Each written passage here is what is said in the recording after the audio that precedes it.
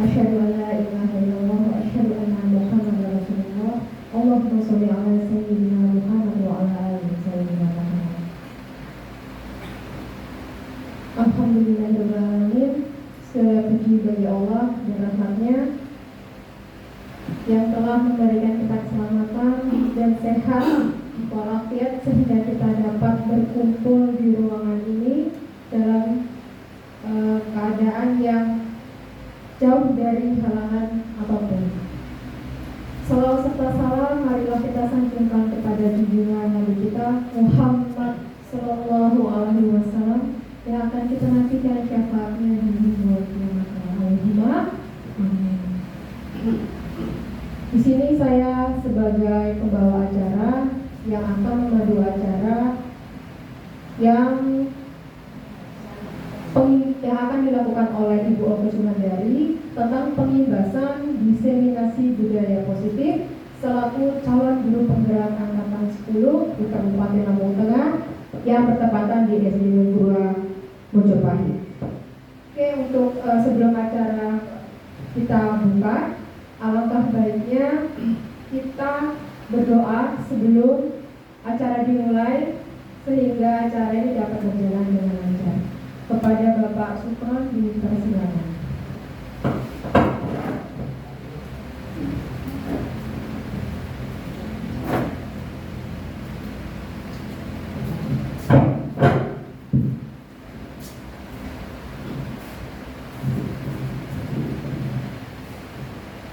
Assalamualaikum warahmatullahi wabarakatuh.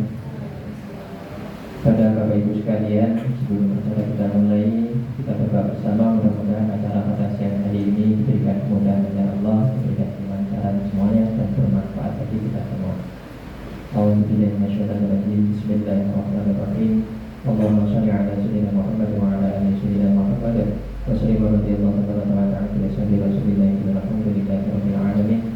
Hamdan syakiri, hamdan na'im, hamdan yakin alim, hamdan majidah. Ya Rabbana, alhamdulillah wa bi jalali wa bi karamati wa 'azimi sultani.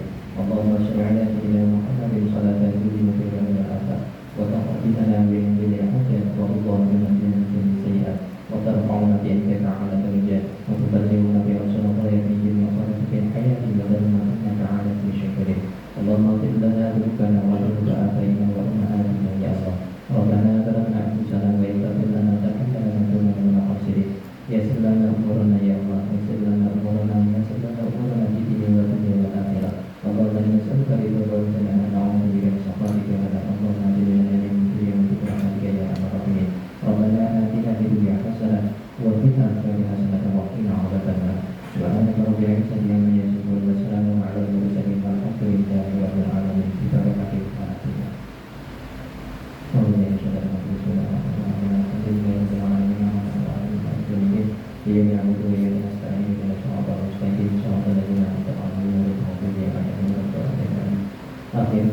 Assalamualaikum warahmatullahi wabarakatuh.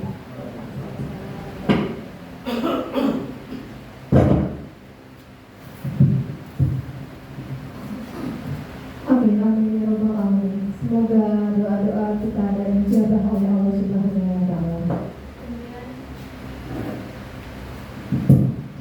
Kemudian acara selanjutnya yaitu sambutan dari Ibu Kepala Sekolah kepada Ibu Ketua PSPDSD dipersilakan.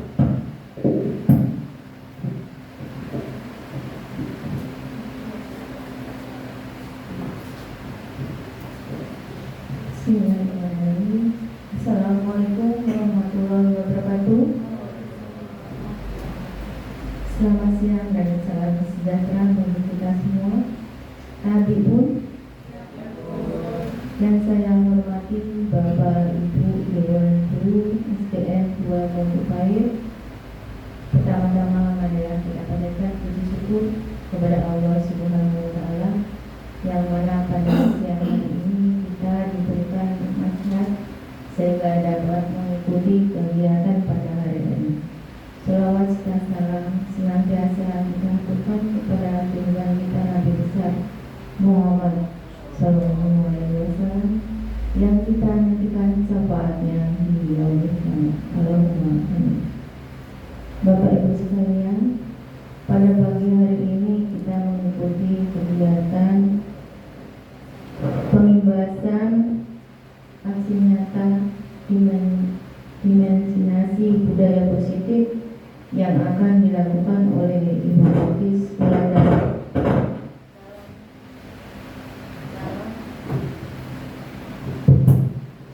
dalam Guru Penggerak Angkatan 10 Kabupaten Lampung Tengah di SDN 2 Majapahit. Saya berharap sebagai kepala sekolah, Ibu Ukis sebagai guru penggerak dapat memberikan nilai positif dan apa yang dilakukan oleh Ibu Ofis dan Dinas dan guru penggerak ini dapat bermanfaat bagi kemajuan sekolah dan kemajuan anak didik kita semua. Hanya itu, Ibu Ofis, mudah-mudahan kegiatan ini dapat menjadikan positif bagi sekolah kita dan kemajuan bagi sekolah kita. Saya ini wabillahi taufiq wal hidayah. Wassalamualaikum warahmatullahi wabarakatuh.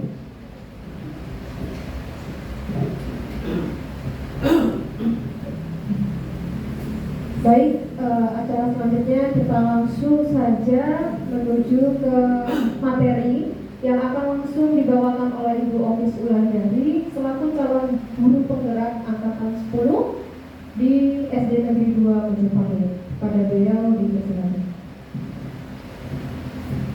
Oke, assalamualaikum warahmatullahi wabarakatuh. Selamat siang Bapak Ibu sekalian.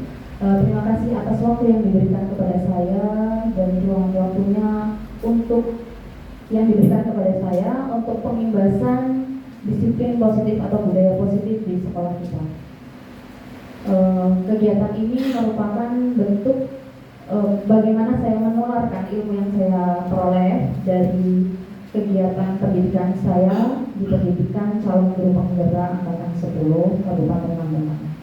Oke, sebelum kita masuk ke kegiatan kita pembelajaran tentang budaya positif, saya akan memberikan sedikit ice breaking untuk kita agar lebih bersemangat dalam belajar. Bapak Ibu bawa pena semuanya?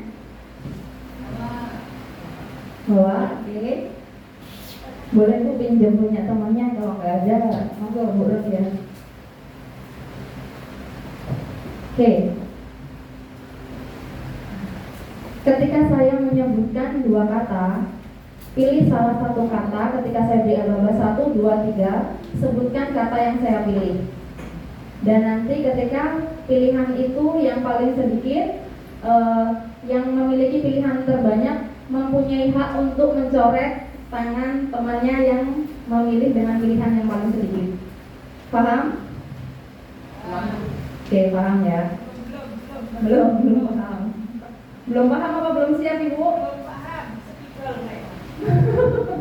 mau pakai spidol boleh, lebih gede.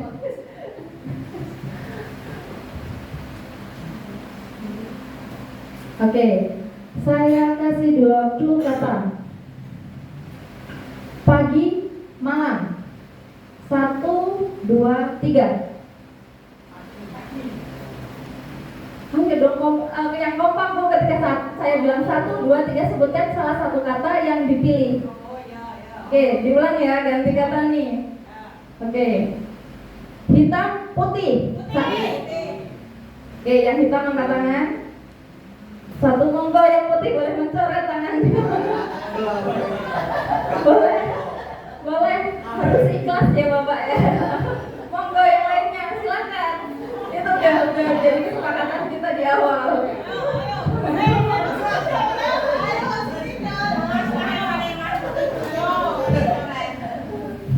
Terus lagi, satu kata lagi.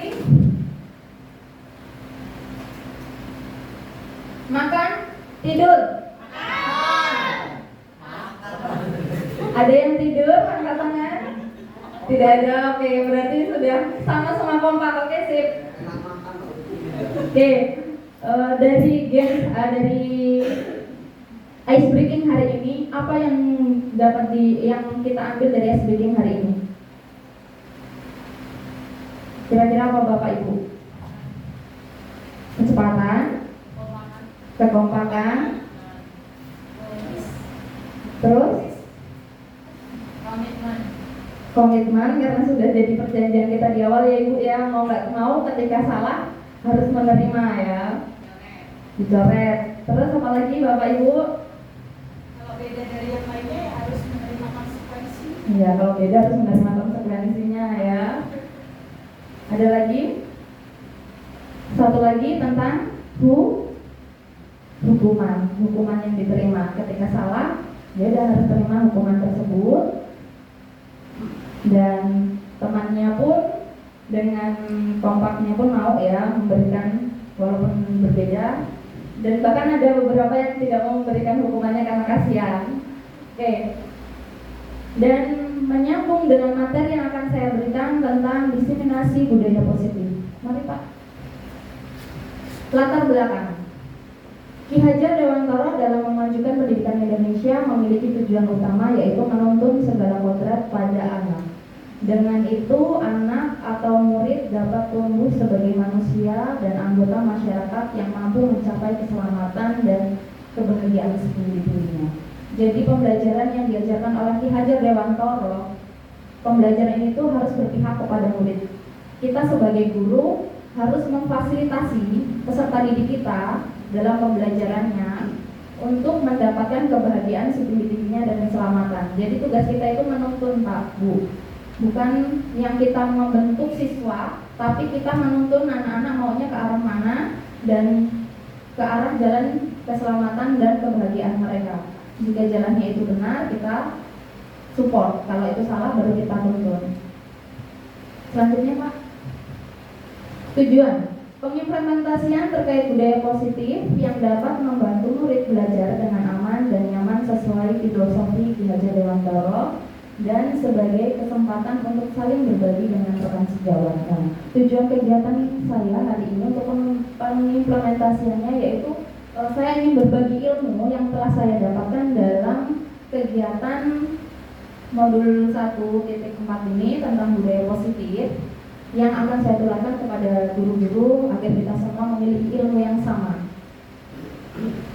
Pembelajaran dengan paradigma baru dirancang berdasarkan prinsip pembelajaran yang terdiferensiasi sehingga setiap siswa belajar sesuai dengan kebutuhan dari tahap perkembangan untuk mewujudkan profil belajar Pancasila. Nah, sekarang kita kan sudah memasuki kurikulum merdeka, di mana itu kita harus menanamkan profil belajar Pancasila dan yang kita garis bawahi tentang diferensiasi. Nah, pembelajaran kita dengan perbedaan kurikulum tersebut yang terus berkembang, menyesuaikan dengan kebutuhan zaman. Kadang-kadang ada yang tanya, kenapa sih kok kurikulum itu terus berubah? Belum selesai kurikulum ini, udah ganti lagi kurikulum ini. Belum juga kita mantap sama kurikulum ini udah ganti lagi. Nah, ini alasannya. Karena kurikulum itu dikembangkan sesuai zamannya. Apakah sudah pas apa belum nih sesuai sama zaman kita apa enggak?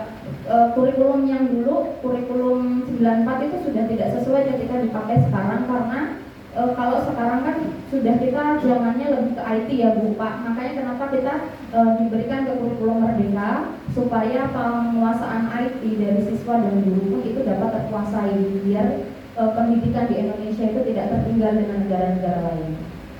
Nah, berikut profil belajar Pancasila yang harus kita tanamkan kepada siswa. Yang pertama yaitu beriman, bertakwa kepada Tuhan Yang Maha Esa dan berakhlak mulia.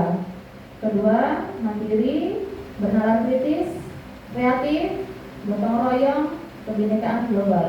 Nah, berikut adalah aspek-aspek yang terdapat dalam profil pelajar Pancasila yang harus kita tanamkan untuk pembentukan karakter siswa. Terus selanjutnya Pak. Nah, di sini saya punya gambar. Pertama ada gambar tangan di mana yang itu menggerakkan orang. Semuanya diatur. Yang kedua, seorang bapak-bapak dengan anak yang kayaknya mengayomi ya gambarnya. Terus selanjutnya ada gambar orang yang lagi menyalah-nyalahkan itu yang sambil garuk-garuk. Dan yang ketiga dengan orang yang sedang bentak-bentak. Berikut adalah ilustrasi posisi kita seperti itu. Di mana posisi kita, apakah kita itu yang mengontrol anak-anak, mau jadi apa anak-anak itu kita kontrol, mau jalan apa mau berhenti kita yang kontrol, atau kita harus sebagai teman walaupun berbeda usia, ataukah kita sebagai posisi yang selalu menyalahkan anak murid kita ketika anak murid kita tidak mampu, itu salah anak murid kita. Anak murid kita nggak bisa menulis, itu salah anak murid kita. Setiap manusia itu ada kekurangan dan kelebihan. Nah, di sini kita harus belajar bagaimana menggali kelebihan siswa. Makanya di dalam kurikulum Merdeka ini kita tidak diberikan kesempatan untuk memberikan kesempatan anak tinggal kelas. Karena ini Bu, karena anak-anak itu walaupun memiliki kekurangan pasti ada kelebihan, dan tugas kita sekarang menggali apa kelebihan siswa sehingga dapat dikembangkan. Makanya dalam kurikulum Merdeka ini kita tugasnya itu menuntun siswa. Siswa itu memiliki kelebihan di bidang apa, itu yang kita tuntun. Dan yang selanjutnya, sebagai yang selalu nyalah-nyalahin, nah itu memberi hukuman terus. Nah sekarang coba diresapi, kita ada di posisi kontrol yang mana sih sebagai guru. Selanjutnya Pak, disiplin positif. Disiplin positif adalah sebuah penerapan disiplin tanpa adanya kekerasan. Jadi yang selama ini kedisiplinan itu identik dengan kalau nggak disiplin kena hukum. Ternyata itu selama ini budaya yang salah yang kita lakukan. Kalau nggak disiplin, hukum. Selanjutnya, upaya efektif dilakukan agar guru dan siswa untuk mengomunikasikan perilaku sehari-hari. Jadi di sini kita diberikan kesempatan untuk berkomunikasi dengan siswa. Ketika siswa kurang disiplin, kita ajak komunikasi dengan baik. Selanjutnya, mengajarkan anak tentang konsekuensi yang diperoleh akan perilakunya. Setiap perilaku itu pasti ada konsekuensinya. Seperti games yang sudah kita lakukan tadi, setiap perilaku itu ada konsekuensinya. Mengajarkan anak tentang tanggung jawab dan rasa hormat ketika berinteraksi dengan lingkungan.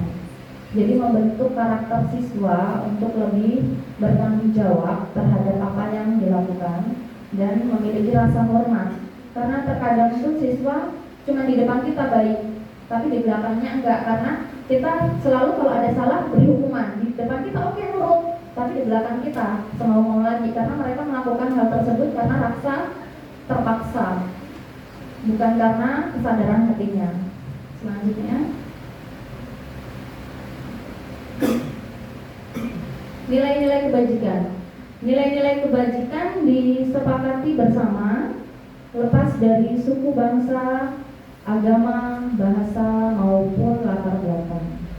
Jadi nilai kebajikan itu kita tanamkan kepada anak-anak tanpa membeda-bedakan suku bangsa, agama, bahasa, maupun latar belakang seorang peserta didik. Kebutuhan dasar manusia. Kebutuhan dasar manusia adalah segala sesuatu yang dibutuhkan oleh manusia untuk mempertahankan keseimbangan kondisi filosofis dan psikologis yang bertujuan untuk mempertahankan kehidupan dan kesehatan. Nah, berikut 5 kebutuhan dasar manusia. Jadi manusia itu punya 5 kebutuhan dasar. Yang pertama yaitu kebutuhan bertahan hidup, kasih sayang dan rasa diterima, penguasaan, kebebasan, dan kesenangan. Ini juga menjadi alasan kenapa seseorang ataupun anak didik kita untuk melakukan tingkah indisipliner. Biasanya karena itu, ingin bertahan hidup, atau karena mereka merasa membutuhkan kasih sayang dan rasa ingin diterima, atau penguasaan terhadap lingkungan, apa kebebasan, ataukah kesenangan. Itu merupakan 5 kebutuhan manusia yang menjadi dasaran sikap anak didik kita. Selanjutnya, nah 3 motivasi perilaku manusia untuk menghindari ketidaknyamanan atau hukuman. Jadi itu perilaku manusia itu tuh biasanya itu kita bertingkah itu pertama untuk menghindari tindak ketidaknyamanan atau hukuman. Yang kedua untuk mendapatkan imbalan atau penghargaan dari orang lain. Yang ketiga untuk menjadi orang yang mereka inginkan dan menghargai diri sendiri dengan nilai-nilai yang mereka percaya. Nah, dari perilaku yang sudah dilakukan tersebut, efek ataupun dampak yang diperoleh yaitu ada hukuman, konsekuensi ataupun restitusi. Kalau hukuman itu ciri-cirinya tidak terencana ataupun tiba-tiba. Murid tidak tahu apa yang akan terjadi atau tidak dilibatkan. Jadi untuk pemberian hukuman itu biasanya murid itu memang tidak kita libatkan dalam pemberian hukuman itu. Mau ngapain itu nggak kita libatkan, kita yang memutuskan hukumannya apa. Terus bersifat satu arah. Jadi dari seorang guru saja ataupun seorang pemberi hukuman saja yang memberikan konsekuensi dari tindakannya, berupa hukuman fisik ataupun psikis. Dan selanjutnya konsekuensi tentang ciri-cirinya terencana ataupun disepakati sesuai peraturan. Jadi kita buat dulu keyakinan kelas. Kalau yang di kurikulum Merdeka itu kan kayak gitu ya Bu ya, dari awal pertemuan itu kita bikin keyakinan kelas. Jadi apa yang boleh dan tidak boleh dilakukan di dalam kelas. Nah itu bentuk dari konsekuensinya itu. Nah jadi kita diskusikan bersama anak-anak. Kalau boleh, yang boleh dilakukan apa saja dan tidak boleh dilakukan apa saja. Terus murid tetap dibuat tidak nyaman. Terus sikap guru selalu memonitoring murid. Jadi guru itu selalu mengawasi kalau yang di konsekuensi. Kalau restitusi, dia lebih berkembang, itu lebih baik lagi daripada konsekuensi. Proses penciptaan kondisi bagi murid untuk memperbaiki kesalahan. Jadi kalau murid salah itu kita ajak ngobrol bagaimana cara untuk memperbaiki kesalahan yang ada. Bukan hanya sekedar memberikan hukuman, tapi diobrolin, ayo nak duduk kita masalahnya kayak mana, kok bisa terjadi kayak gitu kayak mana. Terus biar bagusnya tuh kayak mana ya, diajak diskusi siswa itu. Terus yang selanjutnya proses kolaboratif yang mengajarkan murid untuk memfasilitasi solusi sendiri. Jadi siswa itu memberikan solusi atas apa yang diperbuat. Contohnya dia datang terlambat, kita tanyakan, ketika datang terlambat berarti besok harusnya apa ya nak ya? Berarti nanti anaknya kan jawab, berarti saya harus bangun pagi Bu. Nah berarti besok bisa nggak bangun pagi? Bisa Bu, ya kan? Nah dari situ kan tertanam kesadaran dalam dirinya, bukan karena terpaksa. Terus selanjutnya Pak. Nah di sini 5 posisi kontrol. Posisi kontrol ada 5, yaitu penghukum, pembuat orang merasa bersalah, teman, pemantau, atau manajer. Selanjutnya Pak. Contoh penerapan 5 posisi kontrol. Yang pertama penghukum. Kata-kata yang biasa digunakan nih kalau penghukum: patuhi aturan sekolah, lalu berdiri di depan barisan. Itu penghukum. Pemantau, kamu sudah melanggar, apa peraturan dan konsekuensinya? Kita tanyakan ke anaknya kalau pemantau. Teman, posisi teman, ayolah yang tertib. Bu guru bangga, kalian ini kali ini tidak apa-apa, kamu salah. Jadi kita memposisikan diri kita sebagai teman yang tidak menyalah-nyalahkan siswa. Terus yang keempat, pembuat rasa bersalah. Berapa kali Bu Guru harus memberitahu kamu? Bu Guru kecewa sama kamu. Nah, memberikan rasa pengajaran kepada anak dengan rasa dia biar merasa bersalah atas tindakannya. Dan yang kelima, manajer. Apakah kamu tahu kesalahanmu? Kira-kira bagaimana kamu akan memperbaiki kesalahan ini? Nah, di sini kita sebagai guru menanyakan kesalahan apa yang diperbuat oleh siswa. Jadi siswa itu kan akan sadar mereka melakukan kesalahan apa, dan kita pertanyakan bagaimana cara untuk memperbaiki. Jadi biar siswa itu sendiri yang menemukan cara untuk memperbaiki tanpa kita paksa siswa. Selanjutnya, nah, posisi kontrol apakah aku? Selanjutnya, apa rencana kamu untuk menyelesaikan masalah ini? Kira-kira posisi kontrol apa Pak kalau dari Bapak Ibu, kalau dari pertanyaan ini? Apa rencana kamu untuk menyelesaikan masalah ini? Dari 5 posisi kontrol tadi, posisi kontrol sebagai penghukum, sebagai teman, sebagai pemberi rasa bersalah, manajer, dan satu lagi sebagai apa tadi?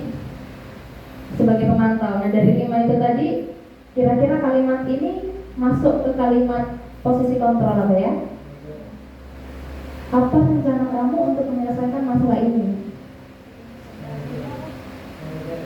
Sebagai manajer, benar sekali. Jadi kita berikan kesempatan untuk siswa untuk berpikir bagaimana cara menyelesaikan masalah yang telah diperbuatnya. Selanjutnya Pak. Belum. Ayolah, lakukan demi Bapak dan Ibu ya. Kira-kira kalimat itu kalimat posisi kontrol sebagai apa? Sebagai teman. Oke, sebagai teman, benar sekali Pak. Jadi di sini kita memposisikan diri sebagai teman dan menanyakan dengan baik kepada anak. Sepertinya udah paham nih tentang 5 posisi kontrol. Selanjutnya keyakinan kelas. Keyakinan kelas dibuat secara bersama dan disepakati bersama oleh guru dan siswa di kelas serta dijadikan keyakinan yang harus dilakukan bersama sebagai pembiasaan budaya positif. Jadi keyakinan kelas itu ketika awal pembelajaran kita buat keyakinan kelas apa yang boleh dan tidak boleh dilakukan di dalam kelas. Dan itu nanti kita buat itu sebagai peraturan, bisa dibilang peraturan yang nantinya disepakati bersama untuk dijadikan kebiasaan di kelas ataupun budaya positif di kelas. Selanjutnya Pak. Nah, bagaimana pembentukan keyakinan kelas? Caranya lebih abstrak daripada peraturan, sedikit saja biar mudah diingat, jangan banyak-banyak, berupa pernyataan universal, dapat diterapkan di kelas, bersedia meninjau kembali keyakinan kelas dari waktu ke waktu. Jadi secara berkala ditinjau, masih cocok nggak sih keyakinan kelas ini untuk kelas kita? Selanjutnya dibuat untuk dalam bentuk positif, kalimatnya itu bentuknya positif. Semua warga kelas hendaknya ikut berkontribusi dalam pembuatan keyakinan kelas. Jadi nggak cuma guru yang membuat, tapi bersama siswa kita ajak terlibat dalam membuat keyakinan kelas. Selanjutnya restitusi. Restitusi proses menciptakan kondisi bagi siswa untuk memperbaiki kesalahan mereka sehingga mereka bisa kembali pada kelompok mereka dengan karakter yang lebih kuat menurut Gosen di tahun 2004. Nah, berikut segitiga restitusi. Yang pertama langkahnya yaitu menstabilkan identitas, kedua memvalidasi tindakan yang salah, dan yang ketiga menanyakan keyakinan. Selanjutnya, dari segitiga restitusi tersebut ada tiga sisi yang perlu kita pahami, yaitu menstabilkan identitas. Kita mengubah identitas anak dari yang gagal karena melakukan kesalahan menjadi orang yang sukses. Jadi ketika anak mecahin kaca nih karena main bola, kita tanyain, kita stabilkan dulu identitas mereka. Jangan yang langsung kamu udah mecahin kaca gini. Itu tindakan yang kurang baik dilakukan. Jadi harusnya kita menstabilkan dulu identitasnya. Iya, boleh nak. Kamu kenapa? Ayo duduk dulu sini. Kenapa tadi habis main ya? Main bola kena kaca ya, pecah ya kacanya. Iya boleh main bola. Nggak apa-apa, nggak dilarang kok main bola. Nah itu cara kita untuk menstabilkan dulu. Jadi jangan langsung disalah-salahkan anak itu. Distabilkan dulu identitasnya. Terus memvalidasi tindakan. Guru hendaknya memahami setiap tindakan yang dilakukan murid adalah untuk memenuhi kebutuhan dasar sehingga mendasari tindakan murid berbuat salah. Jadi dari 5 kebutuhan dasar tersebut kita validasi. Mereka itu melakukan kesalahan itu dari sisi yang mana? Apakah karena penguasaan, apa kesenangan, atau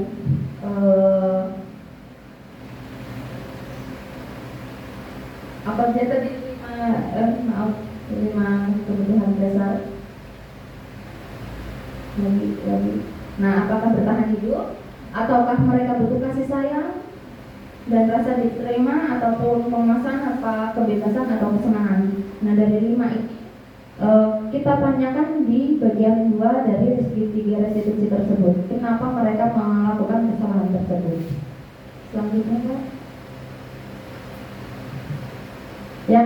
Yang ketiga, menanyakan keyakinan.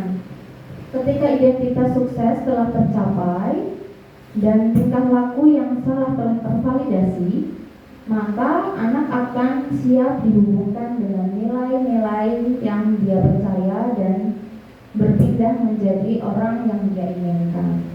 Jadi dari sini baru kita ajak anak-anak ngobrol, terus kayak mana nih dari kisah hati ini, kalian harusnya kayak mana? Terus kira-kira solusi dari perbuatan ini kalian harus kayak mana sih? Nah, itu ada di posisi menanyakan keyakinan. Penutup. Dalam penerapan disiplin positif, hendaknya guru mampu merefleksikan dirinya dalam posisi kontrol sebagai among atau manajer yang menuntun murid dalam penerapan nilai-nilai profil pelajar Pancasila dan memiliki rasa tanggung jawab atas segala perbuatan yang dilakukan. Jadi tujuan dari budaya positif tersebut yaitu penanaman nilai-nilai profil pelajar Pancasila, dan posisi kita sebagai guru seharusnya kita ada di posisi among ataupun manajer, bukan yang selama ini kita lakukan sebagai penghukum, pemantau, teman, ataupun pemberi rasa bersalah. Dari sini kita coba belajar untuk memperbaiki diri kita, memposisikan diri kita sebagai posisi kontrol, sebagai manajer. Oke. Demikian presentasi materi saya tentang budaya positif. Jika ada pertanyaan dari Bapak Ibu, monggo dipersilakan.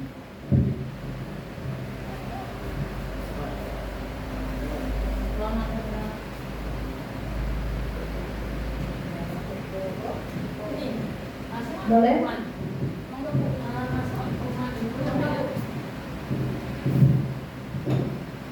Masalah hukuman itu memangnya saya sering menerapkan masalah hukuman, tapi kalau secara sehari-hari kita lakukan hukuman itu kalau dengan cara yang lemah lembut, biasanya anak itu enggak bisa berubah tingkah lakunya.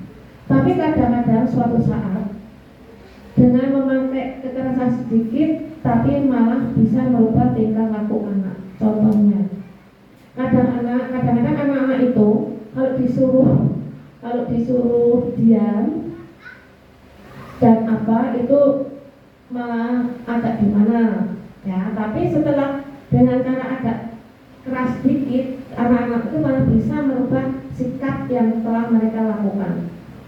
Nah seperti itu. Kadang-kadang ya dalam hukum anak itu ada yang dengan keras, ada yang dengan lemah lembut.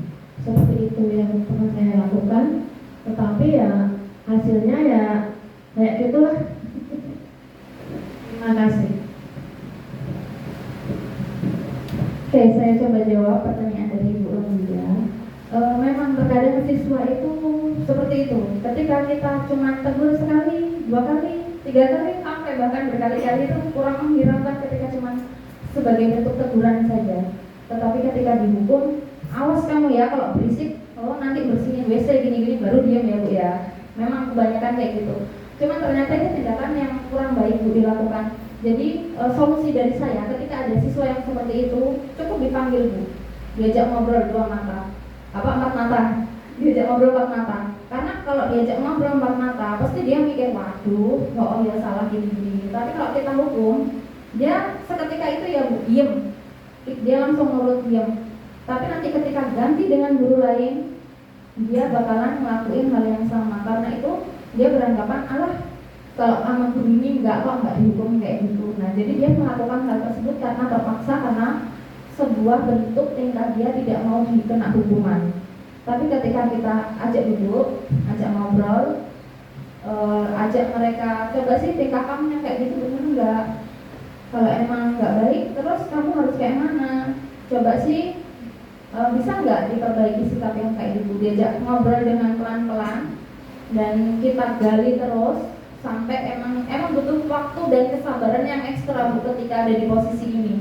Tetapi ini udah jadi tanggung jawab kita sebagai guru untuk memperbaiki generasi kita, untuk menyadarkan siswa ketika mereka melakukan kesalahan agar mereka sadar kesalahan mereka itu apa, bukan membuat siswa takut untuk melakukan sesuatu hal karena takut hukuman, tapi tidak mau melakukan karena tahu itu salah. Itu yang harusnya diterapkan kepada siswa. Ada lagi pertanyaan? Monggo.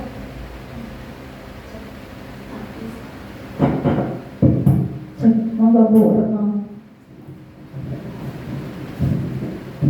Terima kasih atas waktunya. Menyambung dari pembelajaran diferensi tadi Bu ya.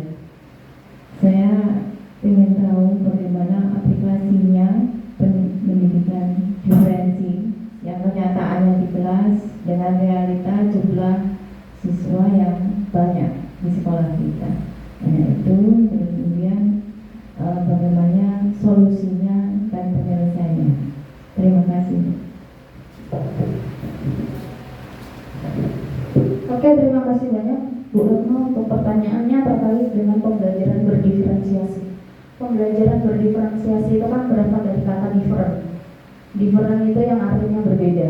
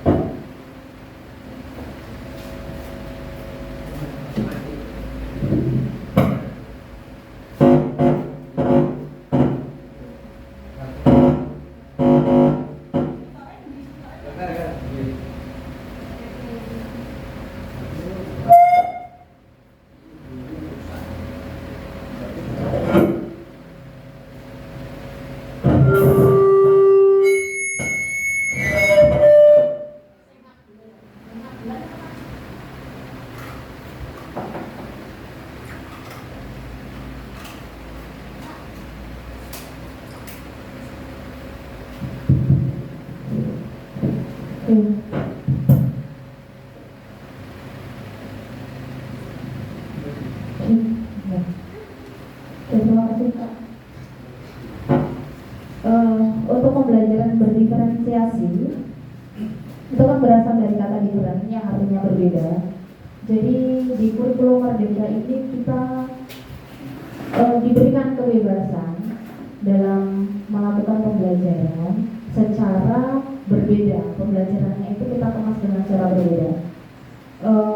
Kita aplikasikan beberapa permainan yang dapat memotivasi anak, seperti yang ada di kelas saya itu kan ada clue-card. Saya punya clue-card, punya huruf-huruf dari yang ada di perpustakaan, huruf-huruf dari kain flanel itu.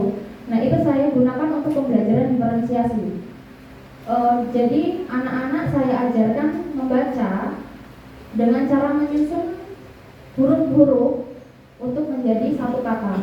Contohnya ada huruf B, ada huruf U, ada K, dan itu saya sebarkan di sebuah lokasi. Nah mereka ambil huruf-huruf itu untuk menyusun sebuah kata. Itu salah satu contoh pembelajaran diferensiasi. Terus selain itu juga di kurikulum Merdeka ini kita ada P5. Kita bawa anak-anak belajar di kebun. Itu merupakan salah satu contoh pembelajaran diferensiasi juga, dengan mengimplementasikan yang menyesuaikan keadaan kondisi lingkungan masyarakat kita. Jadi pembelajaran di kurikulum Merdeka ini seharusnya memang kita mempertimbangkan keadaan sosiokultur yang ada di lingkungan. Jadi lingkungan kita itu banyaknya orang-orang tuh apa sih, pekerjaannya apa, orang tuanya basicnya apa. Nah ketika mengapa saya dan tim kemarin memilih untuk ngambil pertanian, yang pertama lihat kebun kita ada fasilitas lahan yang lebar. Terus yang kedua orang tua wali yang rata-rata merupakan petani. Nah itu yang kita manfaatkan dengan melihat kondisi sosiokultural tersebut dan mengaplikasikan untuk pembelajaran berdiferensiasi. Nggak selamanya anak duduk di kelas kita buka buku, baca buku, apa suruh nulis, suruh nyatet. Nah itu kita harus lebih kreatif untuk menciptakan kegiatan pembelajaran yang diferensiasi, menarik siswa untuk tetap semangat belajar. Ibu. Kalau masalah tadi yang kedua tentang fasilitas yang kurang ya Bu ya, dengan jumlah siswa yang banyak. Gimana? Anak-anak mempunyai latar belakang Latar belakangnya ya yang berbeda. Ya.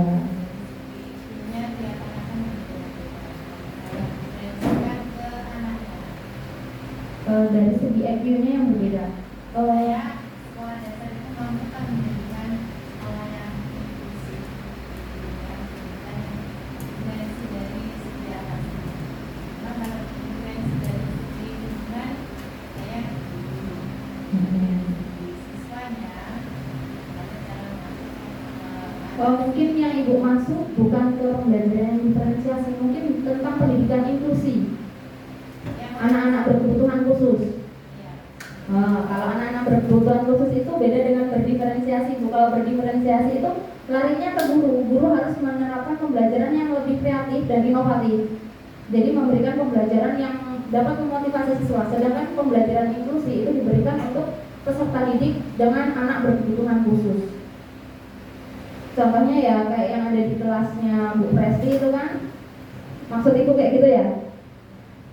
Nah, dengan keadaan yang anak berkebutuhan khusus itu memang kita seharusnya memberikan kelas tambahan kepada siswa seharusnya memang. Tetapi kita tidak boleh Bu memisahkan antara peserta didik yang berkebutuhan khusus dengan anak didik yang normal pada seperti biasanya. Karena mereka juga memiliki hak untuk belajar. Mengapa sekolah sekarang pun dituntut untuk tetap memfasilitasi anak-anak dengan berkebutuhan khusus, karena itu tadi dalam Undang-Undang Dasar pun sudah ada, kita setiap warga negara memiliki hak untuk belajar. Makanya kita juga harus memfasilitasi anak-anak dengan kebutuhan khusus tersebut dengan cara kita ajak orang tuanya berkolaborasi dalam pembelajaran. Ketika orang tuanya susah diajak komunikasi, terus dorong terus gimana caranya biar orang tuanya itu juga pembelajaran gak cuma diberikan di sekolah tetapi juga di rumah, karena akan tetap nol ketika di sekolah udah gencet bener-bener anak buat belajar biar bisa, tapi di sekolahan di rumah dijor-jorin, apalagi anak itu berkebutuhan khusus.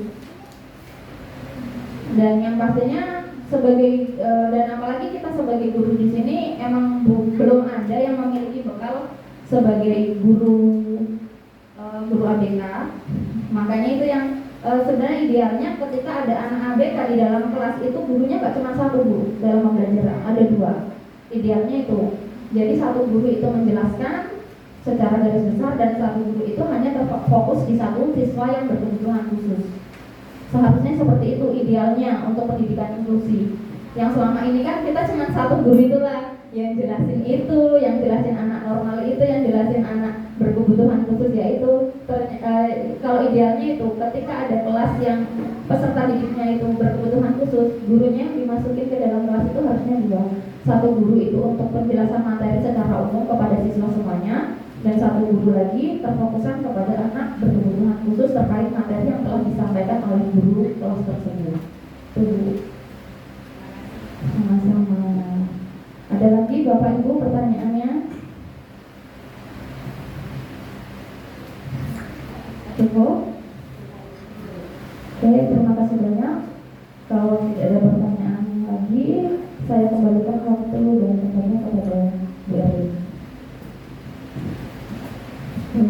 Terima kasih kepada Bu Olis atas wawasannya dan ilmu sehingga kita bisa mengetahui apa yang harus kita lakukan dan apa implementasi yang akan kita lakukan di kelas ketika kita sudah menemukan siswa atau siswi seperti itu. Sebelumnya mengenai diseminasi budaya diferensiasi, tadi Ibu Kepala Sekolah menanyakan tentang latar belakang siswa yang berbeda-beda. Sedikit cerita ya Bu ya, Bu Lukis.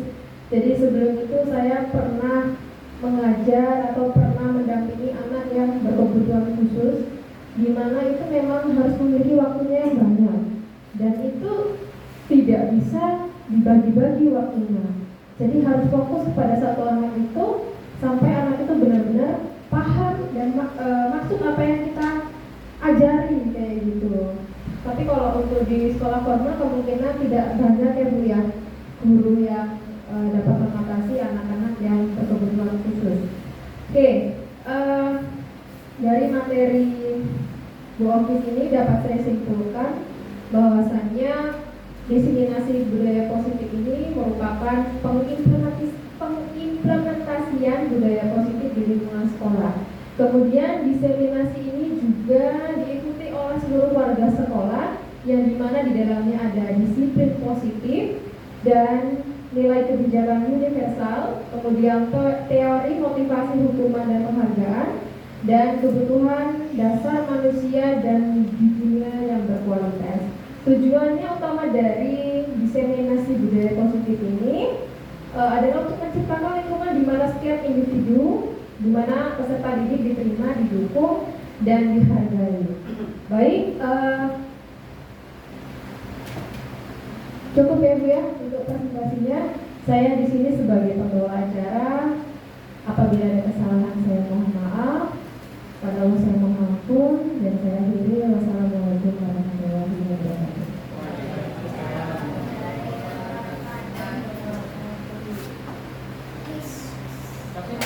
Assalamualaikum warahmatullahi wabarakatuh.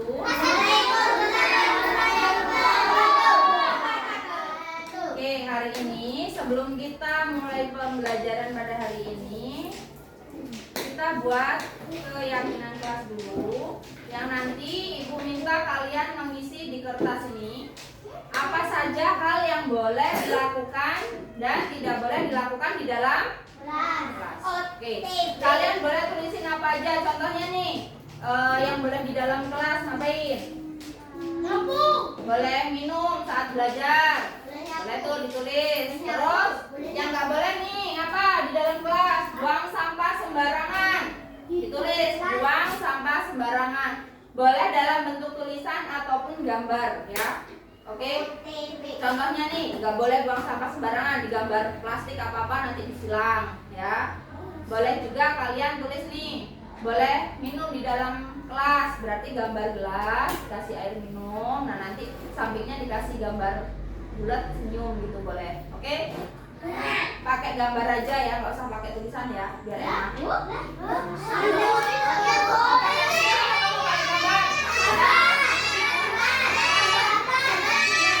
berarti boleh dua macam aja ya, boleh tulisan dan boleh. Oke, siap? Ibu kasih dua, yang satu yang boleh dilakukan, satu yang tidak boleh dilakukan ya. Kertas hijau. Ada satu Bu, coklat gelas kuning. Kertas kuning. Oh itu Bu. Depan warna rapi. Ayo, kata-kata pinggang. Nah, pink sama pink.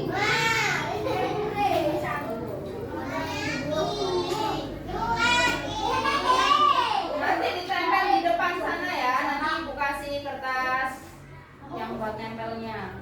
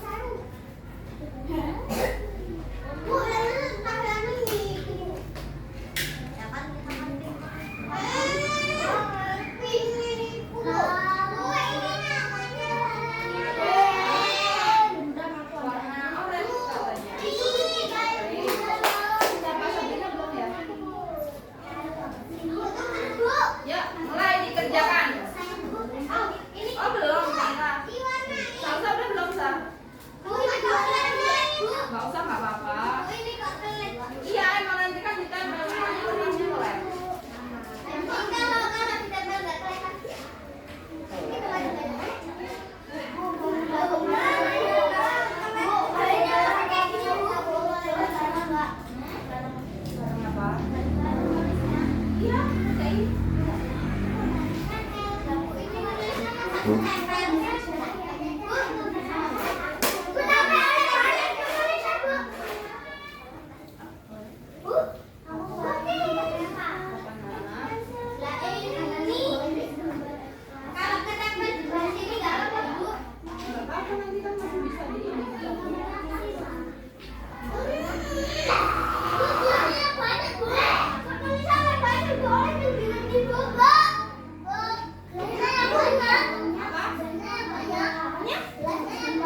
satu aja toh, banyak-banyak nanti nggak selesai kamu.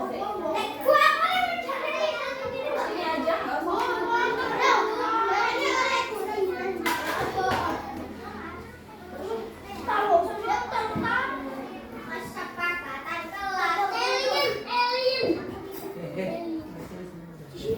Kan ibu udah bilang jadi anak yang baik dulu, ayo.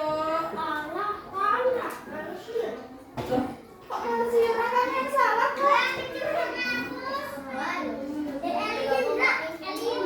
Tadi katanya manjolin nggak boleh kan? Nggak boleh.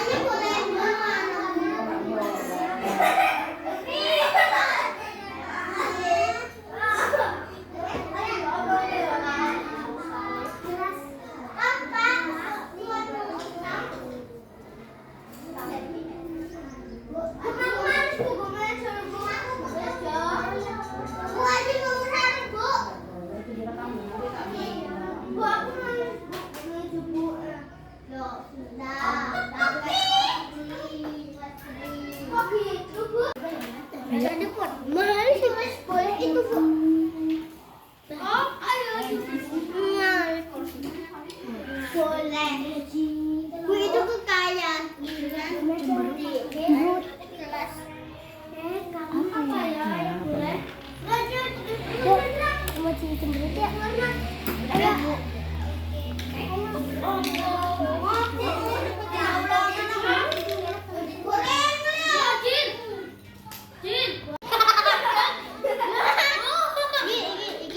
Yo, yang udah selesai boleh mulai nempelin. Yang boleh dilakukan ditempel di bagian yang boleh.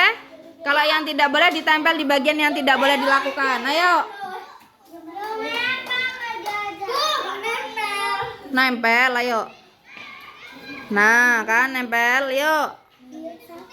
Bu, tapi aku kualik bu. Nggak apa-apa. Aduh, ada coret lo jelasin. Ayo. Oh, malu. Kelas. Apa ya? Apa ya? Ayo semuanya mulai nempel. Bising di dalam kelas.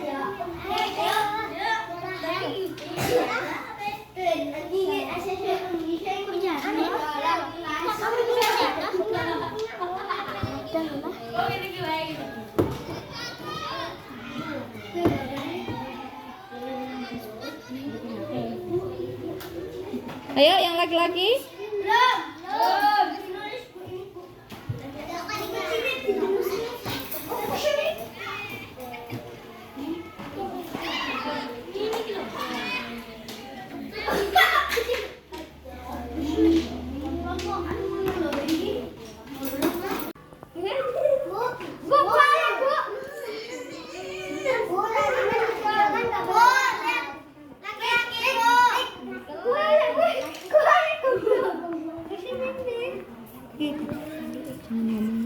Oh, ini kebalik ya nak ya. Gini aja. Mama, ini bikin baju. Ini bu, saya juga bu. Oh ini sini.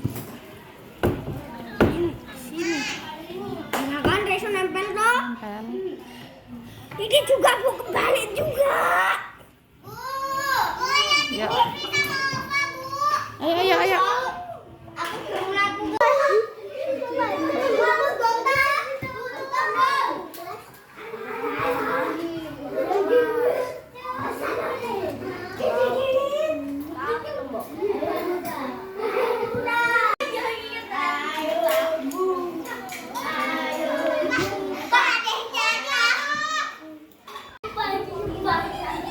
Oke, ibu baca kesepakatan kelas 3 ya.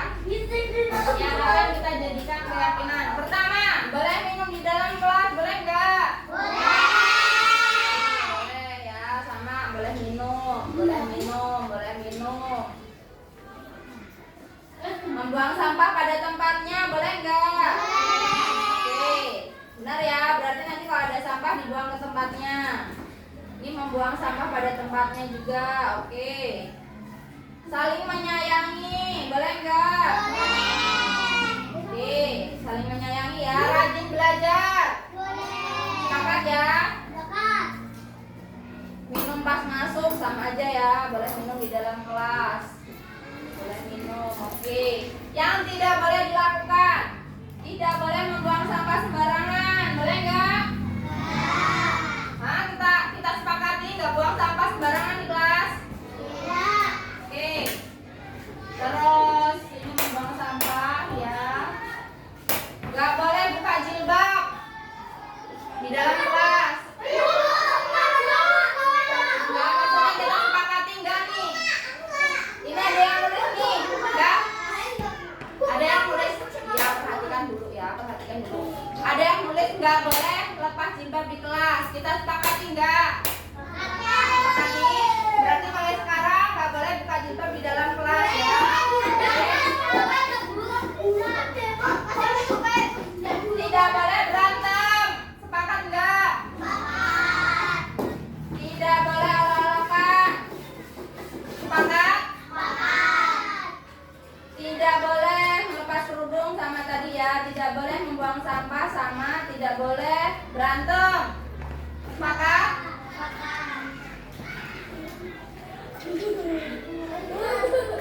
Gak boleh ngomong jorok. Boleh disepakati gak? Sepakat? Gak sepakat? Hah? Sepakat ya. Gak boleh ngomong jorok. Terus buang sampah pada tempatnya. Gak boleh sembarangan. Gak boleh pipis dalam kelas. Sepakat gak? Oke, demikian keyakinan kelas kita yang harus kita lakukan. Mulai sekarang keyakinan kelas ini harus kita biasakan untuk jadi kegiatan disiplin positif kita di dalam kelas, oke?